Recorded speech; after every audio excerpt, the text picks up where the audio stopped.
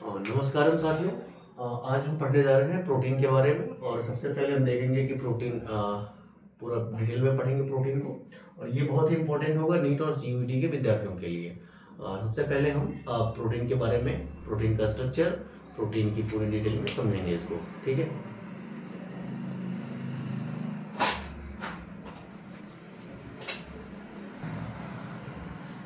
तो देखिए प्रोटीन में सबसे पहले हम समझने वाले हैं कि प्रोटीन होता क्या है। तो प्रोटीन एक माइक्रोमोलिक्यूल है, और माइक्रोमोलिक्यूल्स को कहते हैं जिसका वेट जो होता है, मॉलिक्यूलर वेट जो होता है वो 1000 डाल्टन से ज्यादा होता है। अब डाल्टन क्या होता है? डाल्टन का मतलब होता है कि एक हाइड्रोजन एटम के बराबर, यानी एक AMU के बराबर जो वेट होता है उसको एक डाल्टन कहते हैं, जिसका मतलब होता है 1.67 × 10⁻27 किलोग्राम। तो उसको वो 1000 डाल्टन से ज्यादा होता है, और इसको हम कहते हैं माइक्रोमोलिक्यूल। प्रोटीन एक तरह का हेड्रोपॉलीमर है। पॉलीमर का मतलब सबसे पहले समझते हैं क्या होता है। पॉलीमर का मतलब जैसे कि आप एक घर देखते हो, घर में बहुत घर को अगर पॉलीमर कह रहे हो आप, तो घर की जो ईंटें होती हैं जिससे घर मिलकर के बना होता है उसको हम मोनोमर कह सकते हैं। तो मोनो मतलब एक, पोली मतलब बहुत सारे। तो प्रोटीन क्या है? एक पॉलीमर है, यानी बहुत सारे छोटे छोटे मोनोमर से मिलकर बना होगा। और ये हेड्रो क्यों कह रहा हूं? क्योंकि होमो का मतलब होता है कि एक जैसा, और हेड्रो का मतलब होता है अलग अलग। तो हेड्रोपॉलीमर का मतलब हो गया कि more than one type of monomer. और ये मोनोमर किसके बने होते हैं? जैसे घर में हम ईंट को कह रहे हैं, उसी तरह से यहाँ इस प्रोटीन को अगर मैं घर कहूं तो इसका ईंट जो होगा वो अमीनो एसिड होगा। यानी एक से अलग तरह के, मतलब अलग अलग तरह के अमीनो एसिड मिल करके बनाते हैं एक मोनोमर जो होते हैं, ये मिलकर के बनाते हैं हेड्रोपॉलीमर। और इसके बाद हम बात करते हैं पॉलीपेप्टाइड के बारे में।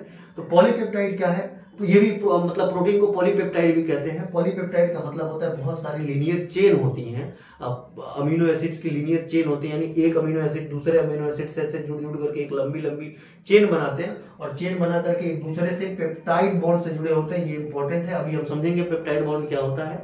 लेकिन अभी आप ये समझिए कि पेप्टाइड बॉन्ड से जुड़े होते हैं। पेप्टाइड बॉन्ड क्या है?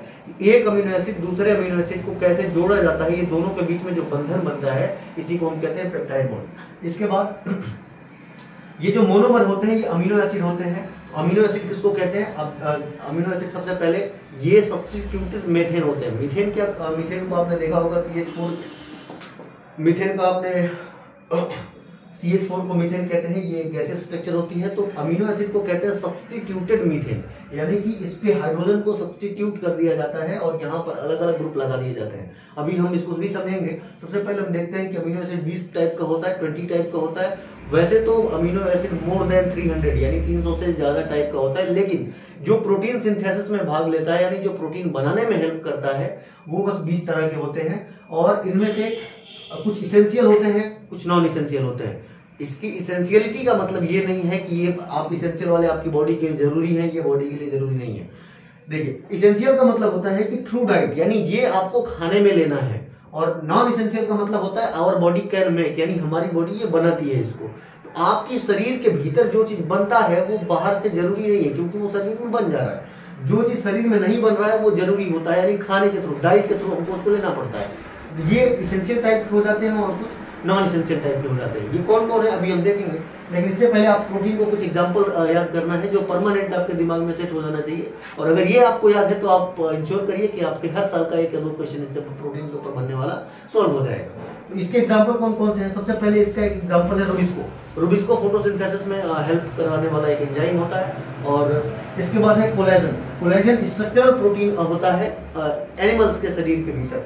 और ट्रिप्सिन, ट्रिप्सिन एक डाइजेस्टिव एंजाइम का नाम है जो आपके डाइजेस्टिव सिस्टम में मिलता है, और ये प्रोटीन को तोड़ने का काम करता है। आप जब कोई प्रोटीन खाते हो तो प्रोटीन ऐसे ही एब्जॉर्ब नहीं हो जाती, जैसे कि रोटी में प्रोटीन होता है, रोटी आपके शरीर से डायरेक्ट एब्जॉर्ब नहीं होती है, उसको तोड़ा जाता है, सिंपलेस्ट फॉर्म में तोड़ा जाता है, उसका ब्रेक डाउन किया जाता है। उसको ब्रेक डाउन करवाने के लिए एक एंजाइम रिस्पॉन्सिबल होते हैं, ट्रिप्सिन। ये भी क्या है? प्रोटीन का एग्जाम्पल है, यानी प्रोटीन एंजाइम की तरह काम कर रहा है। प्रोटीन यहाँ स्ट्रक्चरल पार्ट में भी रोल प्ले कर रहा है। प्रोटीन यहाँ भी देखिए आप ट्रिप्सिन यानी एंजाइम के जैसे काम कर रहा है, डाइजेस्टिव एंजाइम की तरह। यहाँ पे देखिए इंसुलिन, आपने इंसुलिन के इंजेक्शन का नाम सुना होगा, ये डायबिटीज के पेशेंट को दिया जाता है। इंसुलिन क्या होता है? ये ग्लूकोज के ऊपर ये एक हार्मोन है इंसुलिन। तो प्रोटीन कुल मिलाकर के एंजाइम भी बनाता है, स्ट्रक्चरल प्रोटीन भी बना रहा है, हार्मोन भी बना रहा है। यहाँ पे देखेंगे आप एंटीबॉडी भी बनाता है प्रोटीन, और रिसेप्टर बनाता है। रिसेप्टर क्या होते हैं? जो रिसीव करते हैं। क्या रिसीव करते हैं? जब से कि आपके शरीर में बहुत सारे सेंसरी ऑर्गन है, तो सेंसरी ऑर्गन पे जब बाहर से कोई सेंस आता है तो उस सेंस को रिसीव करने का काम करते हैं रिसेप्टर, और ये रिसेप्टर बने होते हैं प्रोटीन के। फाइनली GLUT4 लिखा है, GLUT4। ये एक तरह का ट्रांसपोर्टर है। ट्रांसपोर्टर क्या होता है? जो ट्रांसपोर्ट करता है किसी भी चीजों को। तो ट्रांसपोर्टर लगा होता है सेल की मेम्ब्रेन के ऊपर, ये सेल की मेम्ब्रेन के ऊपर लगा होता है। ये ग्लूकोज को ट्रांसपोर्ट करने वाला एक ट्रांसपोर्टर है, इसलिए इसका नाम है GLUT4। और ये ब्लड के अंदर अगर ग्लूकोज का लेवल ज्यादा हो गया है, चीनी का लेवल ज्यादा हो गया है, तो ये उसमें से क्या करेगा, उसको सेल की परमिएबिलिटी को बढ़ा देता है ताकि तेजी से सेल के अंदर आने लग जाए ग्लूकोज। ये ट्रांसपोर्टर का काम करता है, GLUT4 है। और अब कुछ इंपॉर्टेंट बातें समझते हैं। देखिए, रूबिस्को एक एंजाइम है और ये मिलता है, ये फोटोसिंथेसिस करने वाले प्लांट के अंदर मिलता है। रूबिस्को का फुल फॉर्म होता है रिबुलोज 1,bis,1,5 कार्बोक्सिलेज ऑक्सीजनेज। लेकिन अभी इसको हम फोटोसिंथेसिस वाले चैप्टर में समझेंगे। यहाँ हमको बस इतना समझना है कि रूबिस्को जो है ये धरती पर मिलने वाला सबसे ज्यादा मतलब most abundant protein found on earth, या होल बायोस्फीयर आप कह सकते हो। तो most abundant protein on whole biosphere कौन सा है? रूबिस्को है। और कोलेजन एक तरह का प्रोटीन है। इसको सबसे पहले GN रामाचंद्रन ने इसकी स्ट्रक्चर स्टडी की थी, और ये जो है ट्रिपल हेलिकल मॉडल इसका दिया था, और इसके ऊपर एक प्लॉट बनाया था जिसके ऊपर आज भी बहुत सारे लोग स्टडी करते हैं। GN रामाचंद्रन याद रखेंगे कि कोलेजन की ट्रिपल हेलिकल मॉडल को किसने दिया था? GN रामाचंद्रन ने दिया था। कोलेजन मोस्ट अबंडेंट प्रोटीन होता है एनिमल के भीतर। ये सेलों के बीच की जो जगह होती है, यानी दो सेल के बीच की जो जगह है उसमें ये भरा रहता है, इसलिए इसको कहते हैं इंटरसेलुलर सब्सटेंस कहते हैं। और वो क्या होता है? कोलेजन होता है। तो अगर आपसे पूछेगा कि most abundant protein in animal cell, collagen, और अगर आपसे पूछेगा कि most abundant protein on whole biosphere, this is इज रूबिस्को। और ये एक एंजाइम है, और एंजाइम ये हेल्प करता है फोटोसिंथेसिस में। और अब आपको बताते हैं, ये एग्जांपल आपको रटना बहुत जरूरी है, क्योंकि आपको हमेशा ये इंफॉर्मेटिव चीजें हैं, आपको इसकी इंफॉर्मेशन यहाँ पे हमेशा सेट होनी चाहिए। एग्जांपल क्या क्या है, मैं फिर से समराइज करता हूँ पूरी चीजों को। सबसे पहले प्रोटीन एक माइक्रोमोलिक्यूल होता है जिसका molecular weight more than 1000 Dalton होता है। एक डाल्टन बराबर 1 AMU होता है। अब 1 AMU क्या होता है आप समझते हैं। प्रोटीन एक हेड्रोपॉलीमर है, मतलब कि एक से अलग तरह के मोनोमर्स मिल करके इसको बनाते हैं, और उन मोनोमर को अमीनो एसिड कहते हैं। अमीनो एसिड क्या होते हैं? ये सब्स्टिट्यूटेड मीथेन होते हैं, यानी कि, और इसमें अमीनो ग्रुप भी लगा होता है और एसिडिक ग्रुप भी लगा होता है। ये 20 टाइप के होते हैं। वैसे तो ये बहुत टाइप के होते हैं, लेकिन मेनली ये 20 टाइप के होते हैं जो प्रोटीन बनाने में हेल्प करते हैं। एक इसेंशियल और एक नॉन इसेंशियल, दो तरीके में हम इनको बांट देते हैं। जो हमारी बॉडी खुद बनाती है उनको नॉन इसेंशियल कहते हैं, जो हम खाने के थ्रू लेते हैं बाहर से उसको इसेंशियल कहते हैं। प्रोटीन एक पॉलीपेप्टाइड है, पॉलीपेप्टाइड की चेन है। पॉलीपेप्टाइड का मतलब क्या है? देखिए, पॉली का मतलब होता है बहुत सारा, और पेप्टाइड का मतलब होता है linear chain of amino acid linked by peptide bond. यानी कि एक चेन में, एक लाइन वाली चेन में बहुत सारे अमीनो एसिड को जोड़ दिया गया है। किसके थ्रू? पेप्टाइड बॉन्ड के थ्रू। और एक लीनियर चेन को मिलाकर के आपस में जोड़ दिया गया, तो बहुत सारी चेन बन गई, इसलिए इसको हम पॉलीपेप्टाइड चेन भी कहते हैं। आई होप इतना आपको समझ में आया होगा। अब नेक्स्ट पार्ट में हम समझेंगे अमीनो एसिड के बारे में। तो देखिए, अब तक हम समझ चुके थे कि प्रोटीन कैसे बनना होता है, यानी अमीनो एसिड से मिलकर के बना होता है। तो अब हम इसमें समझने वाले हैं अमीनो एसिड क्या होता है। ध्यान से देखिएगा, अमीनो एसिड, इस अमीनो एसिड में नाम में ही देखिए दो चीजें, एक तो अमीनो और एक है एसिड। तो अमीनो का मतलब क्या होता है वो हम समझेंगे, और एसिड क्या है वो समझेंगे। तो अमीनो एक पहली बात ग्रुप का नाम है जिसको NH2 ग्रुप कहते हैं, या फिर NH3+ भी कह सकते हैं। ध्यान रखिएगा, बहुत इंपॉर्टेंट है, क्योंकि अभी एक आएगा दूसरा ग्रुप जिसको इम्यूनो ग्रुप कहेंगे, आप उससे कंफ्यूज करके गलती कर सकते हैं। तो अमीनो ग्रुप को हम NH2 या फिर NH3+ कहते हैं, और ये जो है कि इस तरह से जुड़ा होगा, ये अमीनो ग्रुप है। और एसिड किसको कहते हैं? एसिड यानी कार्बोक्सिलिक एसिड आपने सुना होगा, C+OH, तो एक एसिडिक ग्रुप होगा। तो दोनों को मिला करके हम एक साथ कहते हैं अमीनो एसिड। तो आइए देखते हैं सबसे पहले अमीनो एसिड क्या है। अमीनो एसिड को पहली पॉइंट जो है वो है कि सब्स्टिट्यूटेड मीथेन कहते हैं। सब्स्टिट्यूटेड मीथेन क्यों कह रहे हैं? क्योंकि मीथेन आप समझते हो CH4 होता है। CH4 का आप स्ट्रक्चर देखोगे तो C बना करके चारों तरफ से हम हाइड्रोजन लगा देते हैं। तो यहाँ पे हम क्या करेंगे, हाइड्रोजन को रिमूव करेंगे, वहां पे कोई दूसरा ग्रुप ला करके रखेंगे। देखिए, ये हमारा कार्बन है, कार्बन पे 4 हाइड्रोजन लगे होते हैं तो हम इसको मीथेन कहते हैं। लेकिन ये क्या है? सब्स्टिट्यूटेड मीथेन है। यहाँ पे हम चारों हाइड्रोजन में से 3 को हटा करके एक जगह अमीनो ग्रुप लगा दिया, एक जगह एसिडिक ग्रुप लगा दिया। अमीनो ग्रुप क्या है? NH2। अभी मैंने बताया आपको कि NH2 ग्रुप को हम कहते हैं अमीनो ग्रुप, तो यहाँ पे मैंने NH2 लगा दिया। और एसिडिक ग्रुप क्या है? कार्बोक्सिलिक एसिड यानी C+OH। तो ये एक अमीनो पार्ट हो गया और एक एसिडिक पार्ट हो गया। इसके अलावा इसमें एक वेरिएबल ग्रुप R लगाते हैं जिसको फंक्शनल ग्रुप भी कहते हैं। यही डिसाइड करता है कि नेचर कैसा होगा अमीनो एसिड का।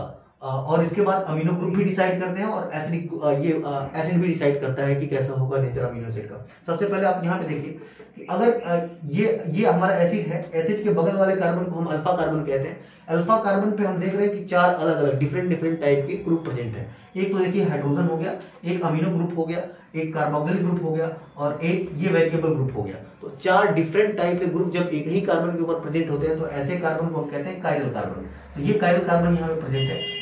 इसका एक एक्सेप्शन होता है, वो है एक अमीनो एसिड है जिसका नाम होता है ग्लाइसिन। ग्लाइसिन में जो R की जगह पे होता है H आ जाता है, हाइड्रोजन आ जाता है। तो चूंकि एक ही कार्बन पे 2 हाइड्रोजन है यानी सेम हाइड्रोजन सेम ग्रुप है, इसलिए इसको हम कायरल नहीं कह सकते। तो ध्यान रखना है कि ग्लाइसिन के अलावे बाकी जितने भी सारे अमीनो एसिड होते हैं सारे के सारे कायरल होते हैं। दूसरी पॉइंट क्या है कि R क्या क्या हो सकता है। तो R अगर हाइड्रोजन हुआ तो हम इसका नाम ग्लाइसिन रखेंगे, अभी मैंने बताया, और ये कायरल नहीं होगा। बाकी इसके अलावा सब कोई कायरल होंगे। अगर ये मिथाइल ग्रुप होता है यानी CH3 होता है तो इसको हम एलेनिन कहेंगे।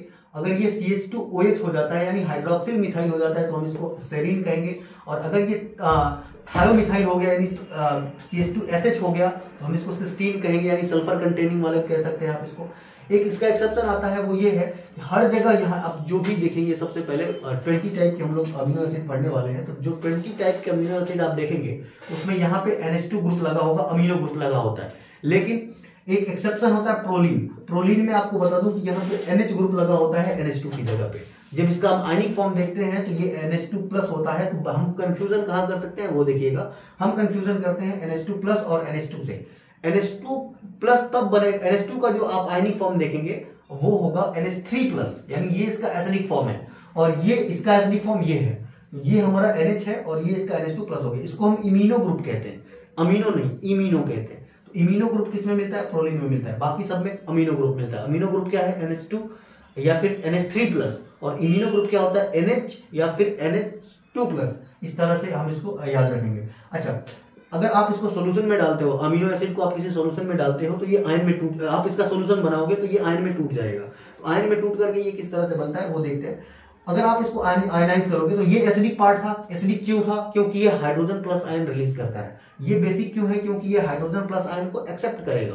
तो इसने एसिड H प्लस आयन को लूज कर दिया तो यहाँ पे एक ये नेगेटिव आयन आ जाएगा। ठीक है, यानी कि ये बनाएगा एनायन और ये बनाएगा केटायन। जिसने एनायन बनाया वो अब क्या हो जाएगा, बेस हो जाएगा, क्योंकि इसने हाइड्रोजन को लॉस कर दिया है। और अब जिसके पास हाइड्रोजन जा चुका है वो, उसके पास हाइड्रोजन ज्यादा है, वो हाइड्रोजन को लूज करेगा, यानी ये अब एसिडिक हो जाता है।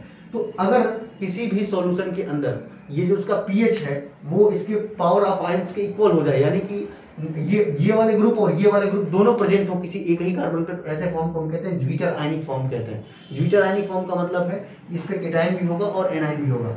ठीक है, अब देखते हैं कि इसके प्रॉपर्टी क्या होती है अमीनो एसिड की। अमीनो एसिड की प्रॉपर्टी डिपेंड करती है कि कितने अमीनो ग्रुप के नंबर है, कितने कार्बोक्सिलिक ग्रुप के नंबर हैं और कैसा फंक्शनल ग्रुप लगा हुआ है। अगर अमीनो ग्रुप का ज्यादा हुआ तो नेचर बेसिक होगा, और अगर कार्बोक्सिलिक ग्रुप ज्यादा हुआ, ये वाला ग्रुप ज्यादा हुआ, तो नेचर एसिडिक होगा। और फंक्शनल ग्रुप मेनली डिसाइड करता है। वैसे तो फंक्शनल ग्रुप के बेस पे अगर मैं बांटूं तो बहुत सारे जो है अमीनो एसिड होते हैं, लेकिन प्रोटीनिशियस अमीनो एसिड किसको कहते हैं, वो अमीनो एसिड जो प्रोटीन को बनाने में हेल्प करते हैं उनको हम प्रोटीनिशियस अमीनो एसिड कहते हैं। और यही हम पढ़ने वाले हैं, जो कि 20 टाइप के होते हैं। इनके नाम क्या है, इनके एग्जाम्पल क्या है, और इसमें इसको जो हम क्लासीफाई किए हैं 4-5 तरीकों में, उनको कैसे याद रखना है वो अभी हम देखते हैं। लेकिन आपको मैं फिर से एक बार समराइज करवाता हूँ। समराइज ये है कि अमीनो एसिड क्या होते हैं, सब्स्टिट्यूटेड मेथेन होते हैं, यानी कि CH4 में जो 2-3 हाइड्रोजन को हम हटा करके अलग अलग ग्रुप लगा देते हैं। सबसे पहले इसमें 2 ग्रुप का होना एकदम जरूरी है, वो ये है एक अमीनो ग्रुप और एक acidic group. Amino group NH2 को कहते हैं या NH3 प्लस को कहते हैं, और एसिडिक में कार्बोक्सिलिक एसिड का एक ग्रुप लगा देते हैं C+OH।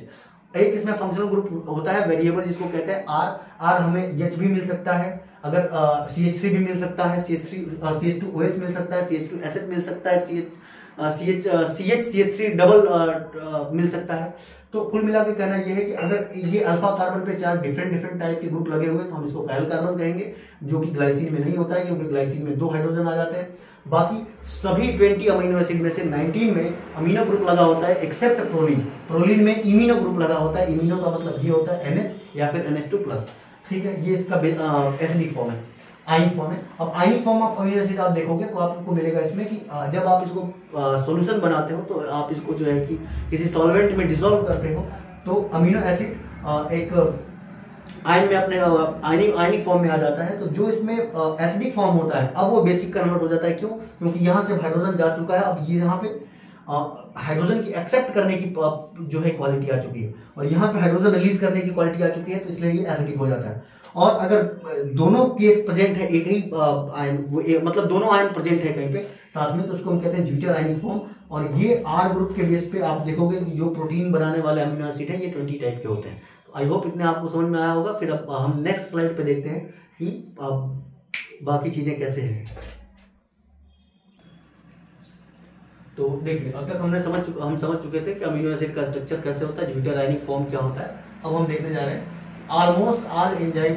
एक चीज और आपको बताना भूल गया था, वो ये है कि सारे जो एंजाइम का जो एक अमीनो ग्रुप लगा होता है और एक कार्बोक्सिलिक ग्रुप होता है। तो जो अमीनो और कार्बोक्सिलिक ग्रुप होते हैं ये इनका नेचर होता है कि आयनाइजेबल होते हैं, यानी कि आयन में कन्वर्ट हो जाते हैं।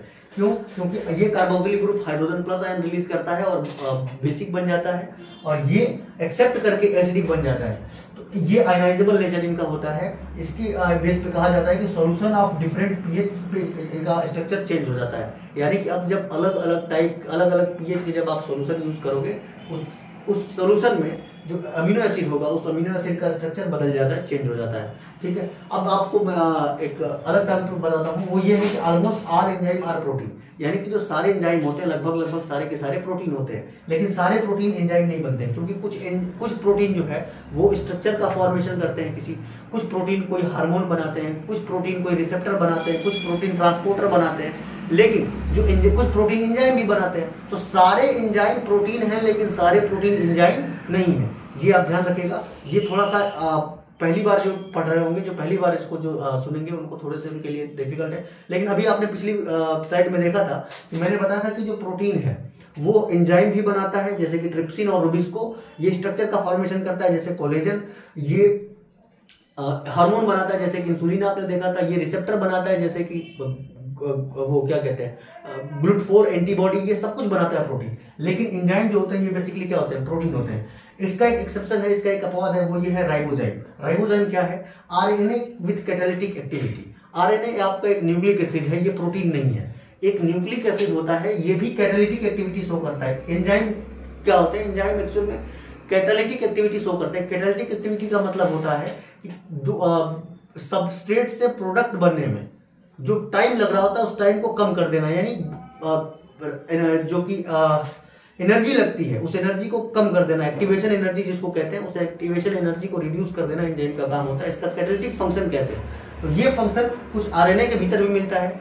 इन आरएनए को हम राइबोजाइम कहते हैं। तो वो प्रोटीन नहीं होते हैं, ये इसका एक एक्सेप्शन है। Almost all enzyme are protein, इसे मैंने कहा almost all enzyme are protein, क्योंकि सारे एंजाइम प्रोटीन नहीं होते, कुछ एंजाइम राइबोजाइम होते हैं। ठीक है, अब देखिए ये एंजाइम ये प्रोटीन जो होते हैं, ये अमीनो एसिड जो होते हैं, कुल मिलाकर कि प्रोटीन बनता है अमीनो एसिड से, और अमीनो एसिड एक दूसरे से जैसे जुड़ता है उसको हम कहते हैं पेप्टाइड बॉन्ड। जिस बॉन्ड के थ्रू ये जुड़ता है एक दूसरे से उसको हम कहते हैं पेप्टाइड बॉन्ड। ये इस तरह से है कि समझिए कि आप 10 लड़कों की एक लाइन लगी हुई है, आप एक दूसरे का हाथ पकड़ के खड़ा हुए हैं, तो पूरे लाइन को हम कहते हैं कि ये पॉलीपेप्टाइड है। और जो आपने हाथ बना, आप इंडिविजुअल जो है वो क्या है? Amino acid. तो आपने जो दूसरे वाले का हाथ पकड़ा है वो क्या है? दोनों के बीच में जो बंधन बना है वो क्या है? पेप्टाइड बॉन्ड है। वो बॉन्ड क्या है? Peptide bond. दूसरे वाले ने तीसरे का पकड़ा, तीसरे वाले ने चौथे का हाथ पकड़ के ऐसे सारे लोग लाइन से खड़े हुए हैं। तो पूरी लाइन को हम क्या कह रहे हैं? पॉलीपेप्टाइड की चेन। एक लाइन, एक को इंडिविजुअल को हम क्या कह रहे हैं? ये अमीनो एसिड है। तो आप इसी तरह से समझिएगा इसको। देखिए एक अमीनो एसिड ये है, एक अमीनो एसिड ये है। अमीनो एसिड में आपको पता है कि 4 अलग अलग ग्रुप होते हैं। तो ये वो कार्बन है और इस कार्बन पे देखेंगे आप 4 अलग अलग ग्रुप है। अमीनो एसिड में 2 ग्रुप तो होना एकदम इसेंशियल है। एक ग्रुप तो अमीनो खुद और एक एसिडिक ग्रुप। मैं acidic group C double bond COOH को मैं इस तरह से लिख रहा हूँ, C डबल बॉन्ड O और OH। इसी तरह से मैं अमीनो ग्रुप यानी NH2 को भी ऐसे लिख रहा हूँ, एक H इधर बना दिया, एक H इधर बना दिया। ठीक है, अब देखिए इस तरह से ये पहला वाला मेरा अमीनो एसिड यानी पहला वाला लड़का जो खड़ा है, फिर उसने जो दूसरे का हाथ पकड़ा है, तो ये देखिए ये पहला खड़ा है लड़का, ये दूसरा लड़का खड़ा है। 2 यानी 2 अमीनो एसिड, एक अमीनो एसिड ये, एक अमीनो एसिड ये। पहली बात तो ये अमीनो एसिड में जिधर की साइड अमीनो ग्रुप जुड़ा होता है, यानी N जिधर जुड़ा होता है, नाइट्रोजन जिधर जुड़ा होता है, उसको एन टर्मिनल कहते हैं। जिधर ये कार्बोक्सिलिक ग्रुप का सी जुड़ा होता है इसको हम सी टर्मिनल कहते हैं। तो आपको इतनी बात पता चली जाएगा, सबसे पहले आप इसको याद रखिएगा।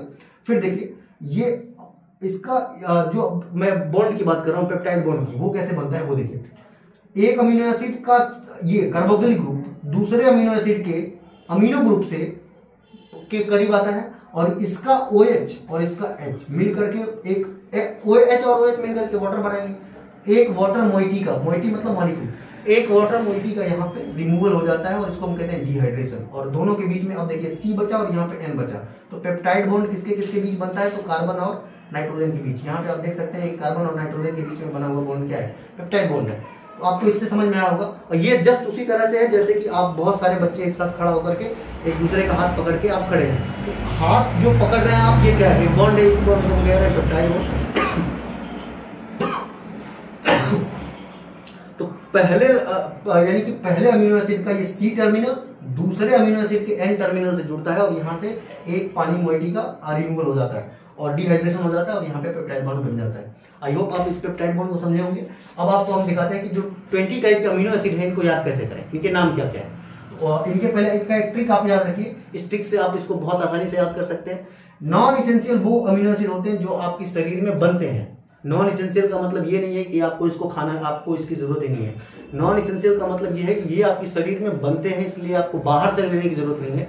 इसेंशियल का मतलब होता है कि आपके शरीर में नहीं बनते हैं, आपको इसको बाहर अपने जो आप खाना खाते हैं उस खाने में इसको इंक्लूड करना जरूरी है। तो सबसे पहले आपको ट्रिक से समझते हैं, ट्रिक याद हो जाएगी तो फिर हम इसको परमानेंट। अच्छा, ट्रिक इसेंशियल वाले की याद करना बहुत जरूरी है, इसकी आप नहीं भी याद करते हो तो कोई बात नहीं, लेकिन आप अगर नीट और CUT जैसे परीक्षा की तैयारी कर रहे हो तो सबसे पहले आप इसेंशियल वाले का ट्रिक याद करो। ट्रिक क्या है कि IPL मत ट्राई कर हलवा नहीं है। देखिए IPL ये MT मत TRY एक ही साथ है, ट्राई HLVA हलवा, ठीक है। IPL मत ट्राई कर हलवा, ये आपको ट्रिक हमेशा अपने जुबान पे याद रखनी है। अब इसका फुल फॉर्म क्या है हम नेक्स्ट स्लाइड पे लिखते हैं। और नॉन इसेंशियल में आप देखिएगा as PGT as CGS all are ornithine, इस ये दूसरा ट्रिक है। As PGT as CGS all are ornithine. तो आप कैसे ध्यान रखेंगे सुनिए। 20 टाइप के अमीनो एसिड्स होते हैं, 10 कुछ इसेंशियल है और कुछ नॉन इसेंशियल है। कितने इसेंशियल है और कितने नॉन इसेंशियल है ये हम अभी नेक्स्ट स्लाइड पे लिख देंगे।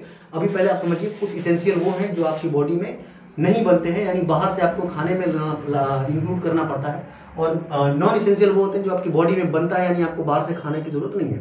तो जो इसेंशियल है वो कौन कौन से हैं, उनकी ट्रिक आपको कैसे याद रखनी है।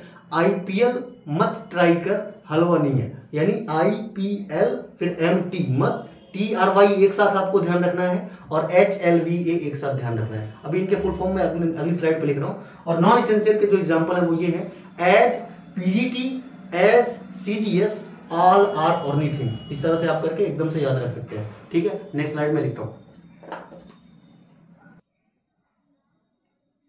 तो देखिए अभी तक आपने समझ लिया है पूरा अमीनो एसिड के बारे में और आपने ये भी समझ लिया है कि कैसे अमीनो एसिड मिल करके एक दूसरे से बनाते हैं प्रोटीन।